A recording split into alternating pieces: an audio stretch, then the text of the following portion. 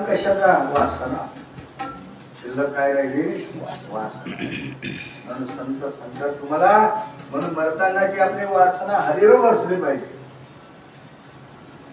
तुम्ही जी वासना ठेवाल ना मला तो जन्म तुम्हाला आहे. जळ भरत राजा हरणी गर्भा गेला जळ भरत राजा हरणी गर्भा गेला गाला तो घातला वासने गाला तो घातला वासने गाला तो घातला वासने जल भरला हरणी गर्भा गेला जल भरला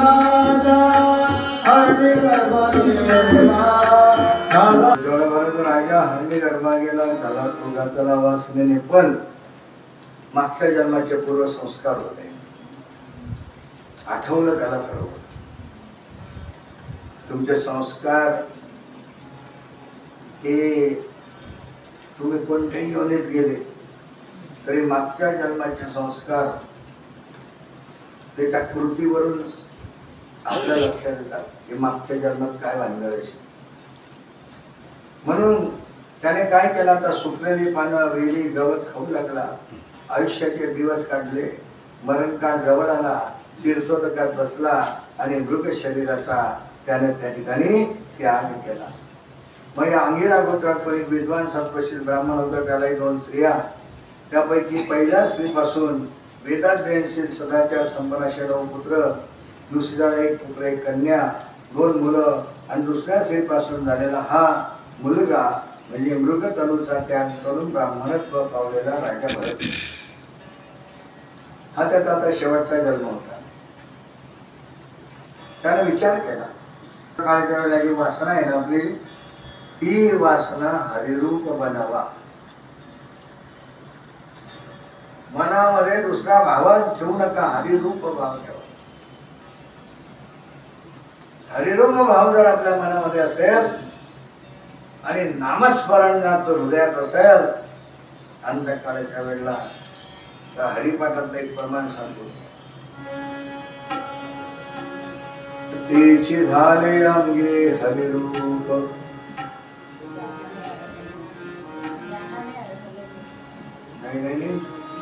नाही मी तुपाला गेले जाणाने हरप आले. मी मला प्रमाण मी असं विचारलं तुम्हाला तेची झाले अंगे हरिरूप असं प्रमाण विचारलं. सोपं प्रमाण विचारलं उलट तुम्हाला. तेची झाले अंगे हरिरूप अगदी सोपं प्रमाण आहे तुमच्या जवळ. कोणतं जन्म घेणे लागे वासनेच्या साठी. आपलं वासनेवर चालू आहे. जन्म घेणे लागे वासनेच्या संगे तीची झाले अंगे हरिरूप.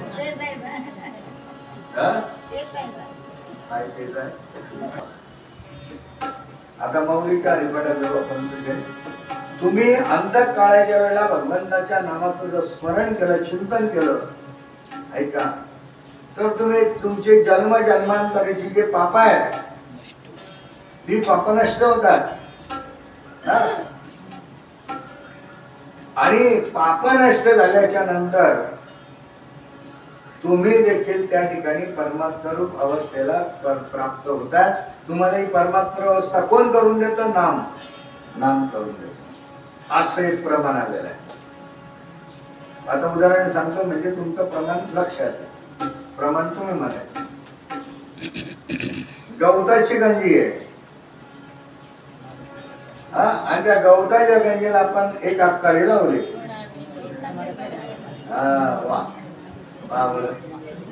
बरोबर. तृणाग्नी मेळे समरस झाले. आता पैसे शब्द लक्षात ठेवा. जैसे कैसे म्हणजे कैसे की जैसे तृण आणि अग्नी हे एकरूप झालं.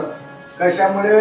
अग्नीचा स्पर्श तृणाला लागता बरोबर तृण राहिलं नाही, ते तृण अग्नी झालं. आलं लक्षात? तृण काय झालं?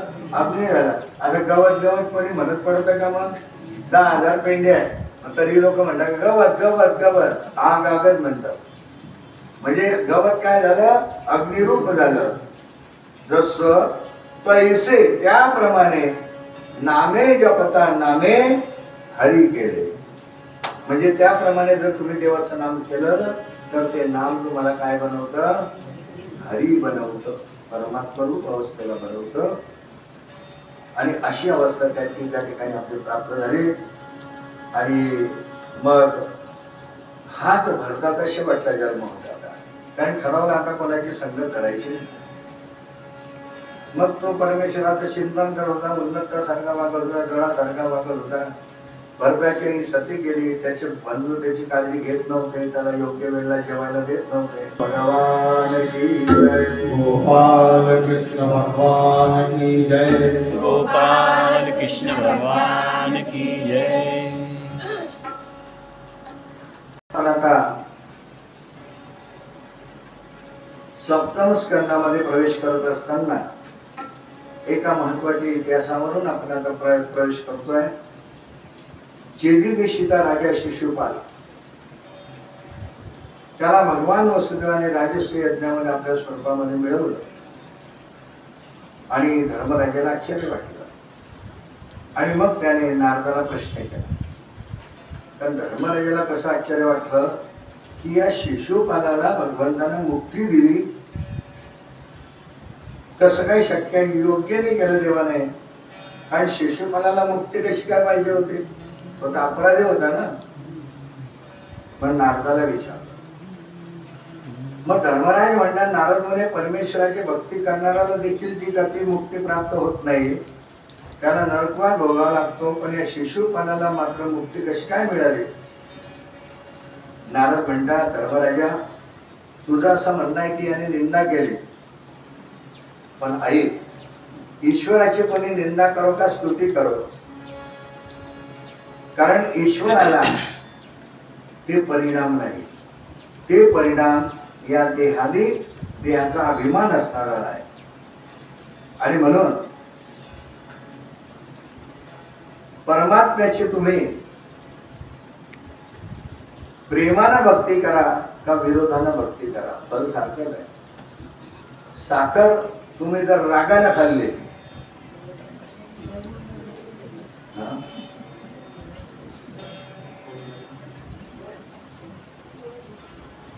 गोड लागते,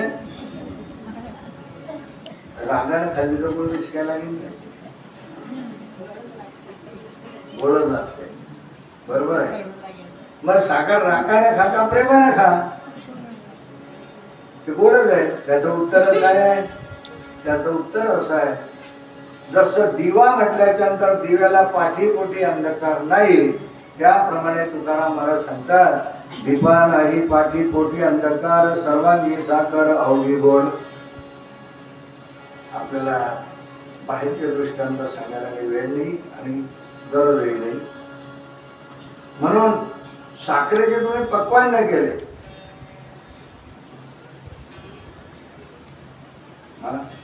गोडच लागतील ना. काय करा तुम्ही, साखरेचे पक्वान नाही केले तरी ते गोडच आहे. तर त्या पद्धतीने साखरेला तो विकार नाही. त्याप्रमाणे भगवंताची भक्ती तुम्ही प्रेमाने करा का विरोधाने करा. आता खरं तर नियम असा आहे, प्रेम भक्तीपेक्षाही विरोध भक्तीने परमात्मा लवकर प्राप्त होतो. ध्यानात ठेवा. आता मला असं सांगा, कोणत्याही प्राण्यांच्या मनामध्ये पावलं पावली जसा शत्रू दिसतो तसा मित्र दिसतो का? आपल्याला नेहमी काही झालं की कोणाची आठवण येते? मित्राची नाही, शत्रूची. तुमच्या काही गोष्टी वाईट झाल्या, विपरीत झाल्या, तुमचे व्यवहार फसले की आपण कोणाचं नाव घेतो? शत्रूच. त्याचा संबंध काहीच नसतो. पण संबंध नसला तरी आपल्या डोक्यात काय येतं? तेव्हा महाराज तुम्हाला काही माहिती नाही, तेव्हा तो भेटला तिथे, त्याच्यावर तो उभा होता. संपलं काम, तो भेटला त्याच्याजवळ तो उभा होता. हे तर आमचं काम झालंच होतं, पण तो होता. आता तो काहीच बोलत नव्हता, त्याचा त्याचा व्यवहार होता आणि आयाचा व्यवहार होता. पण आपल्या डोक्यात नेहमी कोण असतो? शत्रू. ऐका, त्याप्रमाणे आता याचं उदाहरण तर सुंदर आहे. त्याप्रमाणे शत्रुत्व केल्यानं प्राण्याला ईश्वराचा निधिध्यास लागतो. एकदा का प्राण्याला देवाचा ध्यास लागला की ऐका, तो त्या रूपाला प्राप्त होतो. आणि याचं एक सुंदर उदाहरण आपल्या समजाने दिलं आणि त्याला आपण म्हणतो भिंगोटी. ती काय करते, आपल्याला एक खाद्यपदार्थ म्हणून एक आळी आणते आणि येता जाता त्या आळीला टोचा मारते. त्याचा परिणाम असा होतो एक दिवस की ती जी अळी आहे ती अळीला त्याचा ध्यास लागतो. नेहमी तिच्या डोक्यात आली आला आली आली आली हा एकच ध्यास लागतो. आणि त्या कुंभारणीचा म्हणजे भिंगटीचा त्या अळीला ध्यास लागल्यामुळे तुकाराम महाराज म्हणतात, एक दिवस ती अळी भिंगुरटी बनून उडून जाते.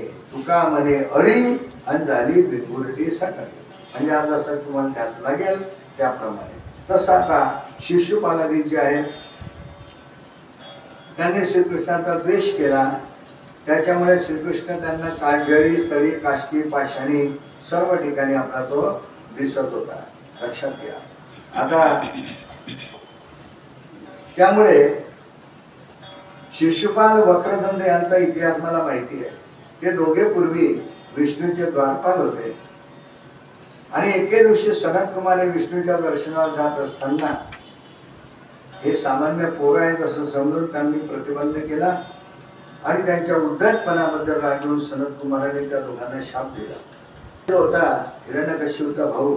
त्याचा भगवान विष्णूला वध केल्यामुळे आता हिरण्यकश्यपूच्या अंगाचा तीर पापड झाला.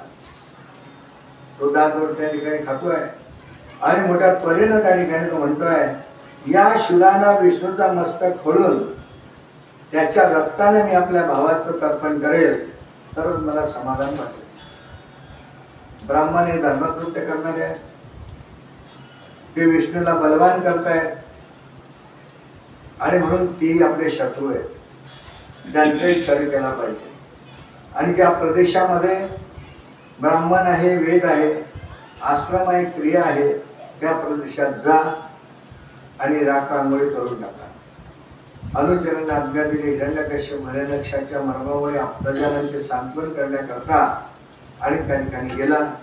तो ज्ञानी होता, त्याने प्राचीन कथा सांगितली आणि वीर पुरुषांच्या मरणाबद्दल शोक करणं योग्य नाही याची खात्री केली. नंतर तो हिरण्यकश्यप आता आपल्या एका पायावर उभा राहिला. मंद्राचलाच्या गुहेमध्ये गेला, बाहू वर केले, आकाशाकडे दृष्टी केली आणि एका पायाच्या अंगठ्यांवर उभा राहून तपश्चर्या तो करू लागला आणि सर्व देवता घाबरले. ब्रह्मलोकामध्ये गेले, ब्रह्मदेवाला प्रार्थना केली आणि मग धर्मराजाचं भाषण ऐकल्यानंतर दक्ष भृगू इत्यादिकांना बरोबर घेऊन ब्रह्मदेव हिरण्यकश्यपूच्या आश्रमात आले. विचारात पडले की काय करायचं आता. हा कायदा ताकदीत आहे, कारण जो जन्माला म्हणावं लागणार आहे याला वर मी हात काही देऊ शकत नाही. पण याची तपश्चर्या मोठी असल्याच्यामुळे मी त्याला नकारही देऊ शकत नाही. मग सांगितलं, हे बघ, तुला मरण येणार नाही असं मी तर काही सांगू शकत नाही, पण त्या मरणाला चुकवण्याकरता तुला जो युक्तिवाद करायचा असेल ते मला सांग. त्याने सांगायला सुरुवात केली. त्याने म्हटलं की देवा, मला प्राण्याकडून मृत्यू नको, दिवसा मृत्यू नको, रात्री मृत्यू नको, अस्त्राने मृत्यू नको, शस्त्राने मृत्यू नको, माणसाच्या हातून मृत्यू नको, सजीवाकडून नको, निर्जीवाकडून नको, कुठूनही कुठेही आणि कधीही मला मरण नको. आता वर होता दुर्लभ, पण तपश्चर्या पाहिली आणि ब्रह्मदेवांचं वर देऊन टाकला. आता हा वर प्राप्त झाल्याच्यामुळे आता त्या ठिकाणी दैत्य मदनमत्त दैत्यांचं जुलूम होऊ लागले आणि त्रासलेले देव सर्व ऋषी लोकपाल या संकटातून आपलं रक्षण करण्याकरता फक्त भगवान विष्णू समर्थ आहे हे त्यांच्या लक्षात आलं आणि ते त्या परमात्म्याला शरण गेले. तेवढ्यामध्ये आकाशवाणी झाले, दैत्य देव हो घेऊ नका, मी या दैत्यानाम हिरण्यकश्यपू वेद वेद काही ब्राह्मणांचा द्वेष करतोय, काही दिवस सोसा. भगवंताने काय सांगितलं की काही दिवस तुम्ही सोसा, ध्यानात घ्या. हे वाक्याला मी का थांबला त्याचं कारण आहे, दुष्ट कर्म करणाऱ्या माणसाचा त्रास आपल्याला काही दिवस सोसावाच लागतो. आपल्या मनात तसं नसतं. आपल्या मनात काय असतं की हा असा एवढा जर दुष्ट वागतो तर देव याचं कसं काही चांगलं वाईट करत नाही.